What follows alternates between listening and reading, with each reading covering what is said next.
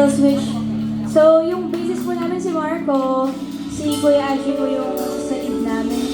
Si Kuya ay sa keyboards, saka si Kuya Nick sa drums. Tapos ako po si Dorothy. Hope you enjoy it.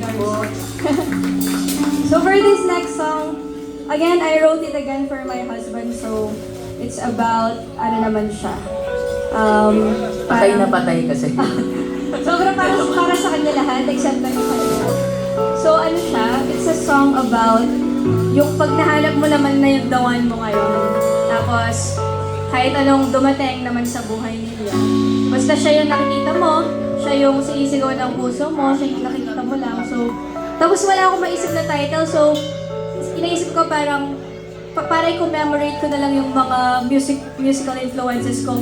If you know about the Tanaw Collective, yan sina Ate Barbie, sina Ate Hannah. So, yung title ng kantang to is called Tanaw.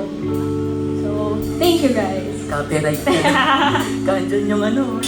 Sila.